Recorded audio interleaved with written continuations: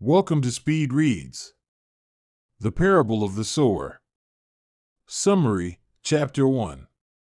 The narrator, a young black girl who has just turned 15, later revealed to be Lauren Olamina, recounts a recurring dream she experiences during times of stress. In this dream, she is learning to fly, struggling to maintain control. Attempting to navigate through a doorway, like the one to her bedroom, she veers off course and crashes into a wall of flame. The dream transitions to a vivid childhood memory. Looking up at the night sky, she marvels at the countless stars. Her stepmother, speaking in Spanish, explains that in the past, when cities were more brightly illuminated, the stars were harder to see. Before we continue, please be sure to subscribe to our channel. Your support is greatly appreciated. Summary, Chapter 2. Lauren lives with her father, a Baptist minister who also lectures at a nearby college, her stepmother Corey, and her 4 younger half-brothers, Keith, Marcus, Bennett, and Gregory. Lauren's biological mother, a victim of prescription drug abuse, died during her birth, leaving Lauren with hyperempathy, an abnormally intense and visceral response to the emotions of others. The family resides in Robledo, a fictional community near Los Angeles. Social and political upheaval has transformed Robledo from a prosperous suburb into a fragmented landscape of fortified neighborhoods. The family lives in a cul-de-sac, one of the few remaining safe havens within the chaotic city. Most of Robledo's churches, including her father's, have been destroyed by fire, forcing him to conduct services at their home. Summary, Chapter 3. Water has become a precious and expensive commodity in Robledo, while gasoline remains relatively cheap due to limited demand. Only the wealthy, who still possess functioning vehicles, and arsonists consume significant amounts of gasoline. The recent suicide of Mrs. Sims, who lost her son and his family in an arson fire, casts a long shadow over the neighborhood. Mrs. Yanis's window wall television, the last functioning television in the neighborhood, recently ceased to function after airing a report about an astronaut who perished on Mars. Despite the astronaut's wish to be buried on the red planet, her body is being returned to Earth. Lauren's father, echoing the sentiments of many, criticizes the exorbitant cost of the space program, deeming it a government-sponsored distraction from the pressing realities facing Earth. He supports Christopher Donner, a presidential candidate who advocates for the abolition of the Mars program. However, Lauren finds the astronaut story inspiring and believes in the importance of space exploration. Since the age of 12, Lauren has been documenting her evolving thoughts and beliefs in writing. Each chapter begins with an excerpt from her writings. Her developing philosophy centers around the concept of God as both an immutable power and an entity that can be shaped and focused through human action. Summary, Chapter 4. Amy Dunn, the young daughter of Tracy Dunn, who was raped by her uncle, accidentally starts a fire in her family's garage. Despite Amy's neglectful upbringing, Lauren recognizes her intelligence and eagerness to learn. Corey, who oversees the neighborhood school, agrees to tutor Amy, with Lauren assisting in her education. The recently widowed twin siblings, Wardell Parrish and Rosalie Payne, move into Mrs. Sims's vacant house. While neither of them is particularly likable, Rosalie has 7 children, some of whom Lauren finds tolerable. Lauren's father takes a group of neighbors, including Lauren, her boyfriend Curtis Talcott, and other adults and children, ages 15 and older, into a nearby canyon for shooting practice. Although she admires her father, Lauren is uneasy about his obsession with firearms and self-defense. During the outing, Richard Moss, a polygamist who has founded his own religion, allows his daughter, Aura, to shoot at a pack of roaming dogs. Inexperienced and frightened, Aura fires wildly, nearly hitting Curtis's brother. Upon investigating, Lauren's father discovers the partially eaten remains of a woman and 2 children, a grim reminder of the dangers that lurk beyond the neighborhood walls. On the way back, after her father wounds a dog, Lauren, driven by her hyperempathy, shoots the injured animal to end its suffering. The experience is deeply traumatic for her, as she vividly feels the dog's life force extinguishing within her own body. Summary, Chapter 5. A much-needed rainstorm arrives in Robledo. However, the joy of the rain is short-lived when Amy Dunn, venturing outside to experience the rain, is struck and killed by a stray bullet that penetrates the neighborhood's protective wall. Lauren and her close friend, Joanne Garfield, discuss the growing dangers that threaten their community. Lauren fears that the chaos beyond their walls will inevitably spill over, engulfing their fragile sanctuary. The spread of a new drug that induces pyromania and the escalating reports of natural disasters, tornadoes, blizzards, measles outbreaks across the country further fuel her anxieties. Joanne, while acknowledging the dangers, remains hopeful that humanity will eventually rebuild civilization. However, Lauren emphasizes the need for an escape plan, urging Joanne to study survivalist literature, much as she has done. Lauren lends Joanne her father's book on edible native plants of the West Coast. Summary, Chapter 6.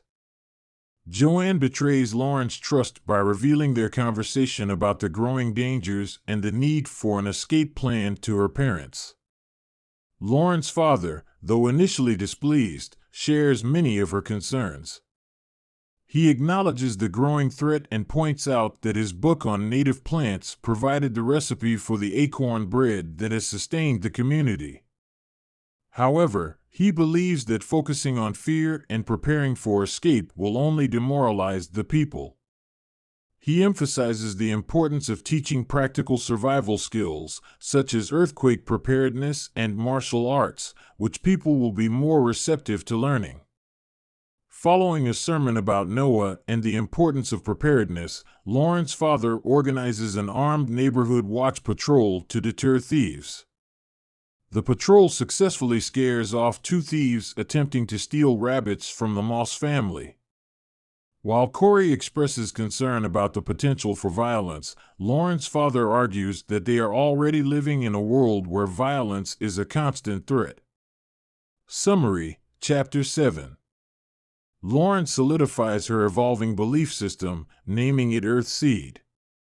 Believing that humanity's future lies beyond Earth, she views Earthseed as a philosophy of adaptation and survival, preparing individuals to take root wherever life may lead them. She assembles a survival pack, including non-perishable food, tools, money, and essential supplies, along with raw seeds for future cultivation. When Lauren requests a gun for self-defense, her father denies her request, likely concerned that her brother, Keith, might find it. Frustrated, Lauren suggests that the entire family leave Robledo and seek safety elsewhere. However, her father rejects the idea, emphasizing his ties to the community and his responsibilities as a minister and teacher. He believes that a tree cannot thrive if it remains rooted in the shadow of its parents. Inspired by her reading about planets orbiting other stars, Lauren expands her Earthseed philosophy. The destiny of Earthseed is to take root among the stars. The chapter ends with the tragic news of Tracy Dunn's disappearance. Driven to despair by the loss of her child and the constant threat of violence, Tracy ventured outside the safety of the neighborhood wall and has not been seen since. Before we continue, please be sure to subscribe to our channel, Speed Reads. Your support is greatly appreciated. Summary, Chapter 8. Lauren witnesses a stark contrast between her own anxieties about the future and the seemingly carefree optimism of her friend, who is planning a wedding and starting a family. The precariousness of their existence and the constant threat of violence make Lauren question the value of such traditional aspirations. She feels a profound sense of despair, believing that a future burdened by such hardships is not worth living. During another shooting practice session in the canyon, the group discovers the body of a woman ravaged by scavengers. Aura, traumatized by the experience, refuses to shoot anymore. Lauren, while not enjoying the activity, criticizes Aura and the other Moss women for shirking their responsibilities, including participating in community defense and standing watch. Keith, desperate to prove his manhood, disobeys his father and ventures outside the wall alone. He returns bruised and battered, having been robbed by a gang. His father, enraged by Keith's disobedience and the ensuing expenses, punishes him severely. Lauren, acutely aware of Keith's pain through her hyperempathy, vomits and faints. Summary: Chapter 9. In an attempt to appease Keith's desire for independence, his parents give him his own BB gun. However, Keith soon disregards their trust and ventures outside the wall once more. His father frantically searches for him, even resorting to contacting the police, a costly endeavor for the community. 2 days later, Keith returns, sporting expensive new clothes. When pressed for an explanation, he refuses to reveal his whereabouts. His father, enraged, physically punishes him. Lauren, overwhelmed by the emotional pain she experiences through her hyperempathy, vomits and loses consciousness. A week later, Keith leaves again, this time taking Corey's gun with him. His father, disillusioned and exhausted, refuses to search for him. Lauren witnesses the devastating impact of Keith's actions on her family, resenting him for the pain and disruption he causes. When Keith returns a week later, he flaunts a large sum of money, declaring his intention to leave and make more money than his father ever could.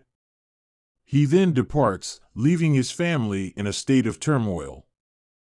Summary: Chapter 10. Keith returns to the neighborhood the following summer, looking older than his age and now armed with a pistol like his father's.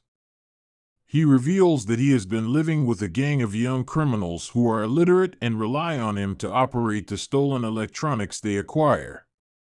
When pressed for details, Keith chillingly confesses to murdering a sleeping hitchhiker, discovering over $20,000 in the man's backpack.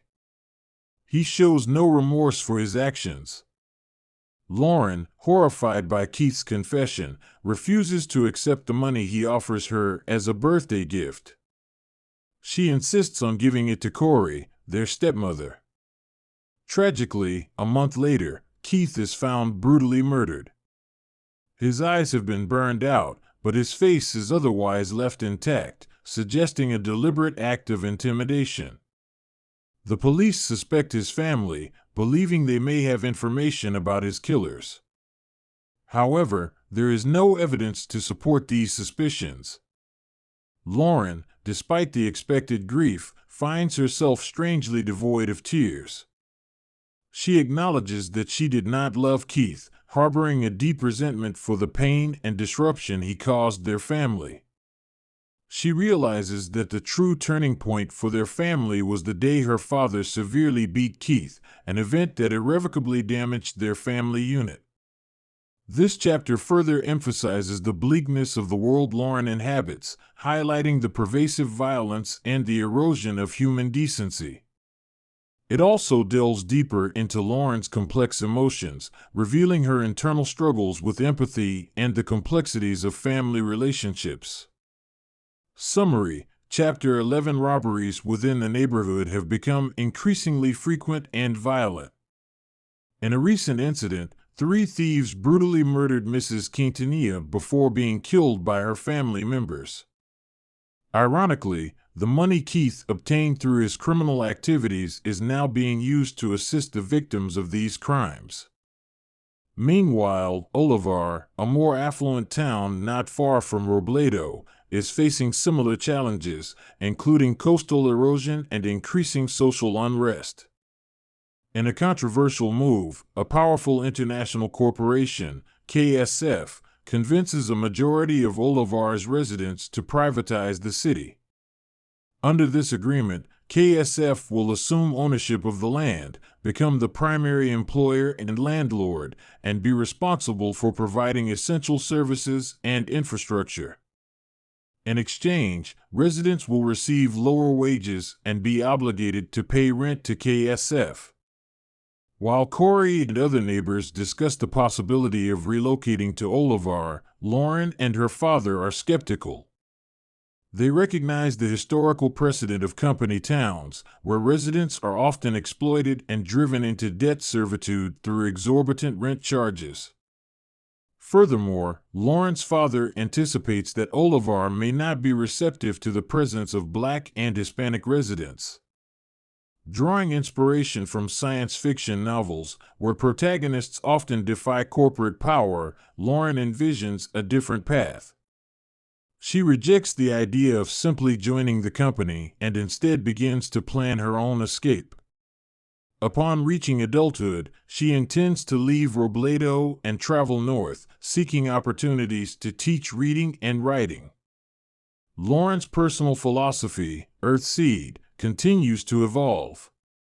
She begins to compile her growing collection of verses and reflections into a book, tentatively titled Earthseed, the Book of the Living, a testament to her belief in human resilience and the enduring human spirit. This chapter further emphasizes the themes of social inequality, corporate exploitation, and the need for individual agency and resistance in a rapidly changing and increasingly perilous world. Summary: Chapter 12. Joanne Garfield, whose family has been accepted into the privatized city of Olivar, shares her excitement with Lauren during a fruit-picking excursion. Joanne remains optimistic about the future, believing that life in Olivar will offer greater opportunities and a higher standard of living. However, Lauren remains skeptical, expressing her concerns about the potential for exploitation and the historical precedent of company towns. Despite their different perspectives, they share a heartfelt farewell. Shortly after Joanne's family departs for Olivar, Lauren's father disappears while returning home from work. The entire neighborhood mobilizes to search for him, but their efforts yield no results. The discovery of a severed arm, with fingerprints that do not match her father's, adds to the growing sense of dread. During the search, Lauren and her group hear the agonizing screams of a man being tortured nearby. However, Kayla Talcott, Curtis's mother, insists that the voice does not belong to Lauren's father. At the following Sunday service, Lauren, feeling a profound sense of grief and despair, delivers an impromptu sermon. Drawing inspiration from the biblical story of the persistent widow, she urges the congregation not to give up hope and to continue searching for her father. However, despite her words of encouragement, Lauren privately acknowledges the grim reality of the situation. She realizes that her sermon was more of a eulogy, a desperate attempt to maintain hope in the face of overwhelming despair. This chapter further emphasizes the precariousness of life in Robledo, the erosion of safety and security, and the growing sense of despair that permeates the community. It also highlights Lauren's emerging leadership qualities as she finds the strength to offer words of comfort and encouragement to her community during a time of profound grief and uncertainty. Summary: Chapter 13. The Garfield's departure for Olivar marks a significant turning point for Lauren. After bidding farewell to Joanne, Lauren and Curtis share a rare moment of intimacy. Their conversation about the future reveals a divergence in their perspectives. While Curtis entertains the possibility of moving north, perhaps as far as Canada, Lauren grapples with conflicting desires. She longs to be with Curtis and yearns for a better future, but she also feels a deep sense of responsibility towards her family, particularly her stepmother and younger brothers. Furthermore, she hesitates to reveal the truth about her hyperempathy and her Earthseed philosophy to Curtis, unsure of how he will react. The threat of violence escalates with the resurgence of pyro, a drug that induces uncontrollable arson. A devastating fire erupts in the Payne Parish house, consuming the residents and claiming the lives of Rosalie Payne and all her children. Despite the desperate efforts of the neighbors, the fire department arrives too late to prevent the tragedy. While the community struggles to cope with the loss, a group of pyros, emboldened by the chaos, embarks on a rampage, setting fire to homes and attacking residents. During the ensuing chaos, Lauren is separated from her family. She witnesses the horrific violence, witnessing the deaths of many of her neighbors. In the midst of the carnage, she finds herself scavenging for supplies and ultimately resorts to using a gun to defend herself, killing one of the pyros. Before we continue, please be sure to subscribe to our channel, Speed Reads. Your support is greatly appreciated. Summary: Chapter 14. Lauren finds refuge in the garage of a burned-out house, where she spends the night. The following morning, she returns to the devastated neighborhood to search for survivors and gather what supplies she can. She discovers the bodies of many friends and neighbors, but thankfully, she does not find the bodies of her brothers or Corey. While scavenging for supplies, she encounters two other survivors, Harry Butler, Joanne's cousin and boyfriend, and Zara Moss, the youngest wife of the deceased Richard Moss. Harry, who remained in Robledo instead of moving to Olivar, suffered a concussion during the attack. Zara, having lived on the streets prior to her marriage, possesses valuable survival skills. Lauren, recognizing the need for companionship and mutual support, invites Zara and Harry to join her. She provides them with food and shelter, and they begin to plan their escape from the ravaged neighborhood. Lauren, acknowledging the potential risks, decides to disguise herself as a boy, cutting her hair short and presenting herself as male. Zara will assume the role of his female companion, while Harry, as a white man, will pose as their friend. The three survivors embark on a perilous journey westward, utilizing the abandoned freeways as their primary means of transportation. They carefully ration their supplies and navigate the dangers of the post-apocalyptic landscape. However, despite their initial sense of unity, Lauren recognizes the need to build deeper trust and understanding within their small group. She acknowledges the need to reveal the truth about her hyperempathy to Harry and Zara, understanding that their survival may depend on their ability to rely on each other completely. Summary: Chapter 16. After a long day of travel, the group makes camp and builds a small fire, attracting the attention of other travelers.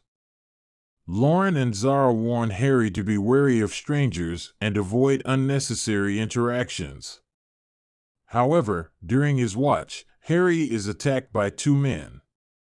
He manages to shoot one assailant, but the other overpowers him.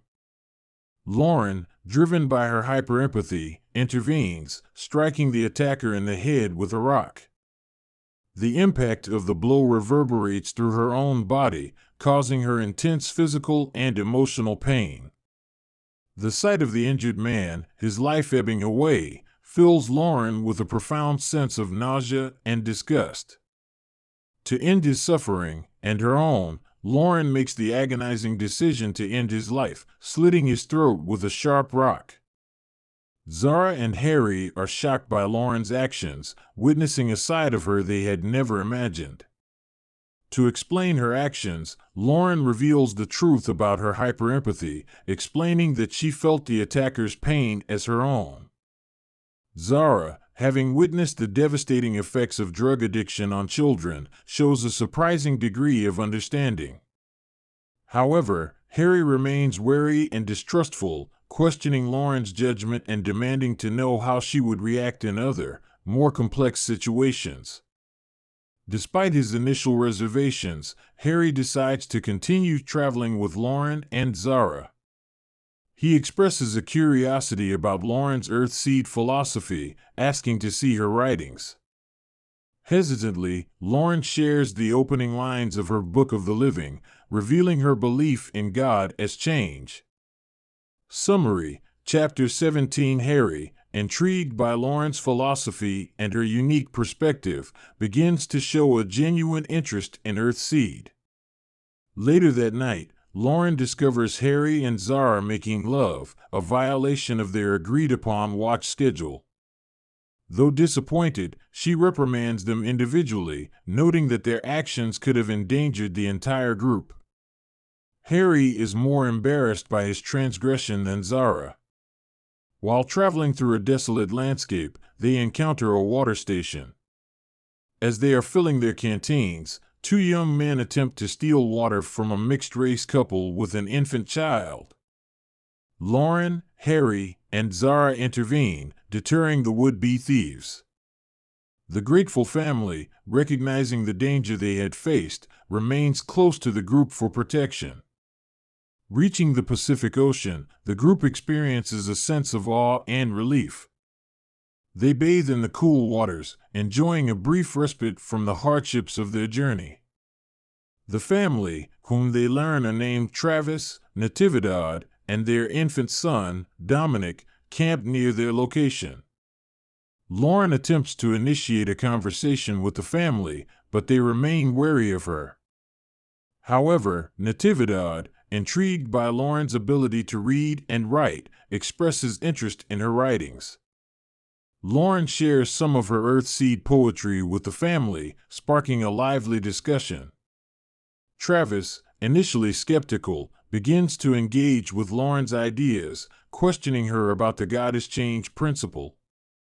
Lauren explains the concept, drawing parallels between the inevitability of change and the laws of thermodynamics. Travis, though initially resistant, finds himself drawn to Earthseed's message of adaptability and resilience. Natividad, while less interested in space travel, is intrigued by Lauren's vision of a more just and equitable society. Summary: Chapter 18. As the group continues their journey, they reach Santa Barbara, where they replenish their supplies at a well-guarded Hanning Joss store. The following day, they rest and explore the partially ruined city. Travis, who learned to read from his mother's employer's library, shows a keen interest in Lauren's Earthseed philosophy.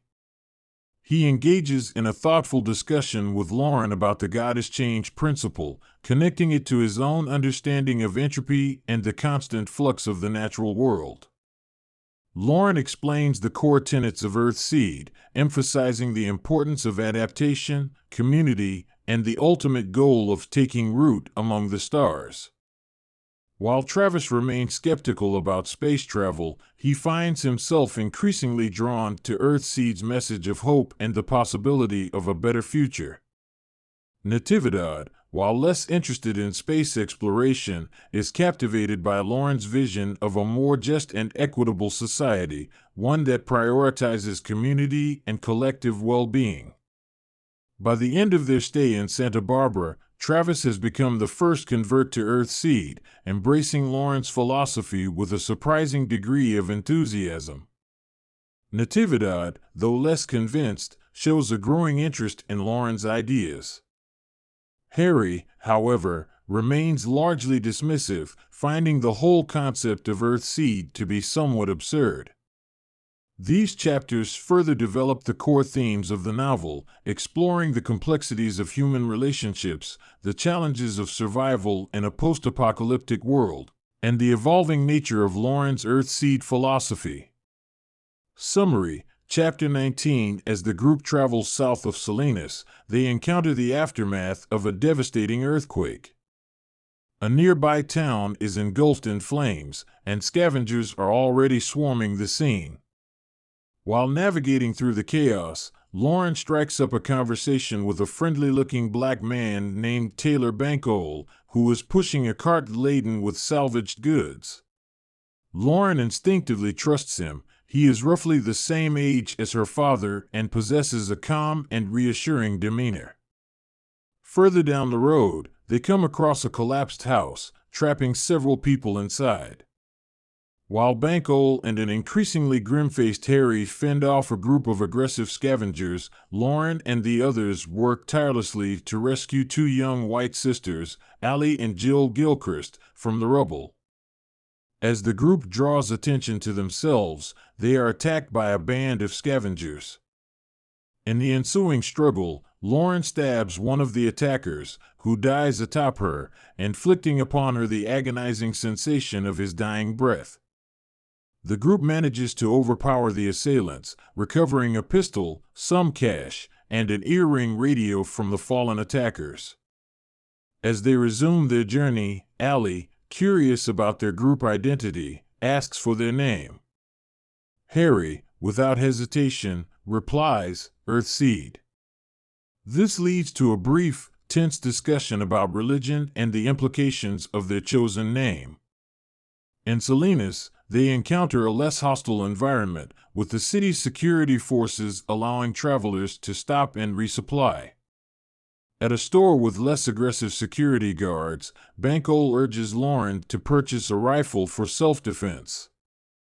After Allie agrees, Lauren buys the rifle, while Bankole acquires ammunition and a cleaning kit. Before we continue, please be sure to subscribe to our channel, Speed Reads. Your support is greatly appreciated. Summary: Chapter 20. Listening to the earring radio, they learn that the entire Bay Area is in chaos, making it an untenable destination. The group detours inland, following Interstate 5, and reaches San Juan Bautista, where they camp for the night. Their peaceful rest is interrupted by a nearby gunfight, erupting from a dispute over a stolen truck. The shooting ends with the truck exploding. Bankole, who had briefly disappeared during the commotion, returns with a young boy in his arms. He explains that he encountered a woman, mortally wounded, who entrusted him with the care of her 3-year-old son, Justin Rohr. Allie, who lost her own infant son to her father's violence, readily accepts the responsibility of caring for Justin.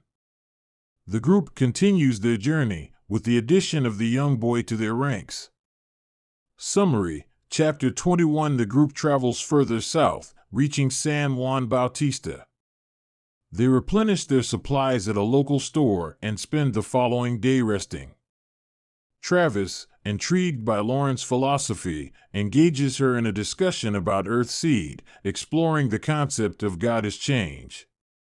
He connects Lauren's ideas to his own understanding of entropy and the ever-changing nature of the universe.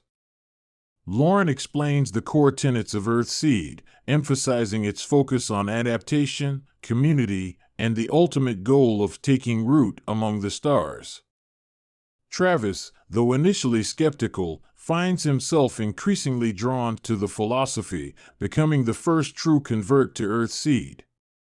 Natividad, while less enthusiastic about space travel, is intrigued by Lauren's vision of a more just and equitable society.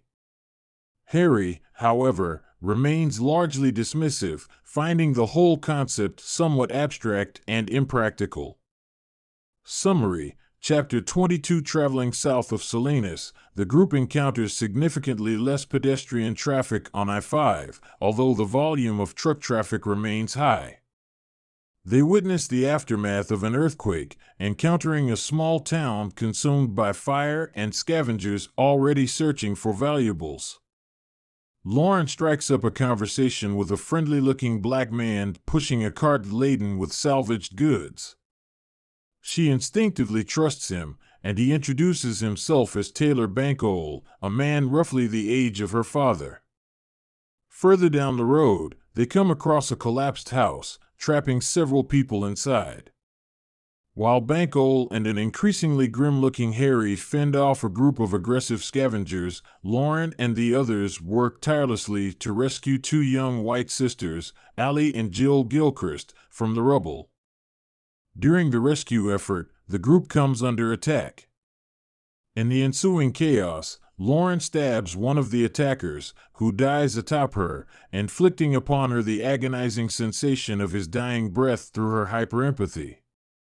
Despite the trauma, the group manages to overpower the assailants, recovering a pistol, some cash, and an earring radio from the fallen attackers.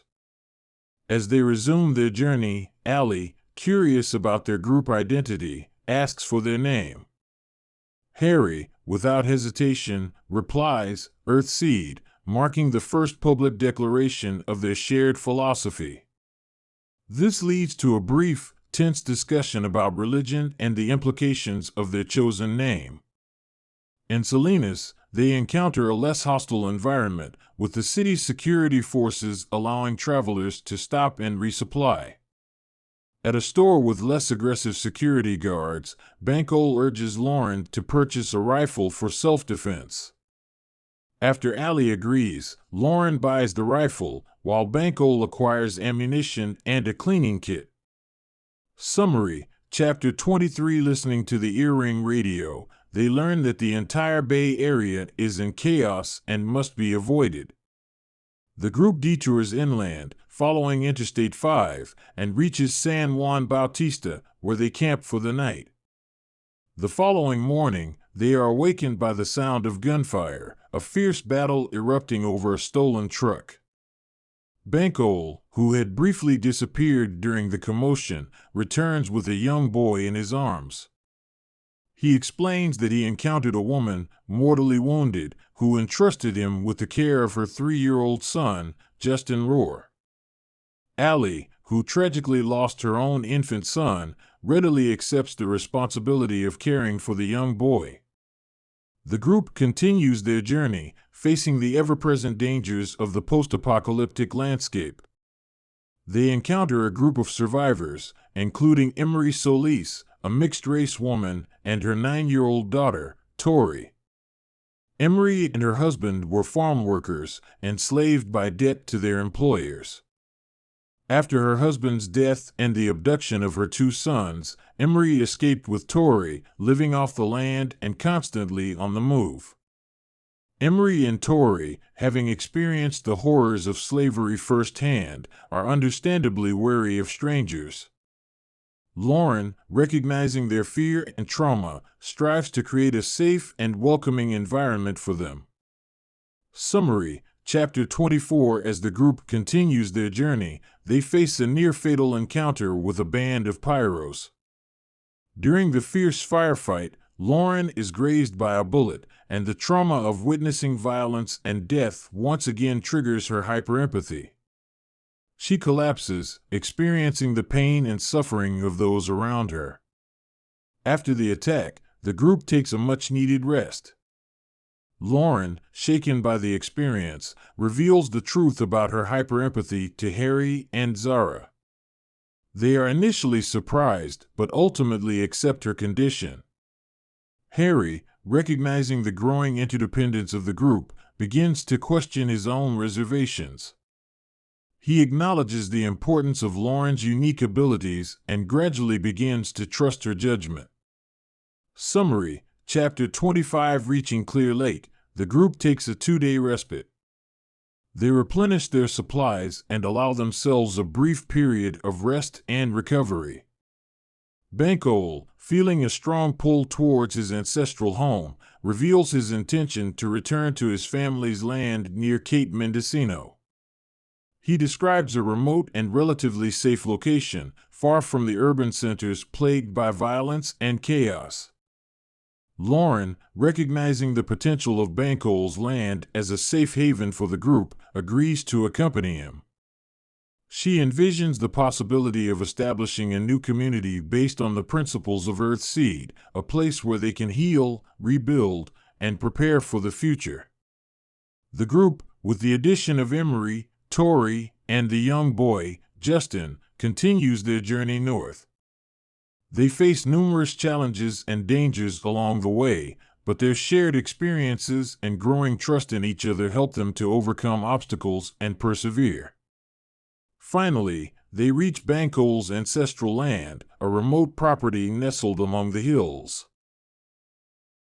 The house, however, has been reduced to ruins, a stark reminder of the devastation that has swept across the land. Banco, despite the disheartening sight, remains determined to establish a new home for their community. He and Harry begin the arduous task of clearing the land and preparing for the future. Lauren, with her knowledge of survival skills and her unwavering belief in Earthseed, is confident that they can rebuild, cultivate a new society, and ensure the survival of humanity. This comprehensive summary provides a detailed overview of Parable of the Sower, capturing the essence of Octavia Butler's powerful and prophetic vision of the future. Thank you for listening.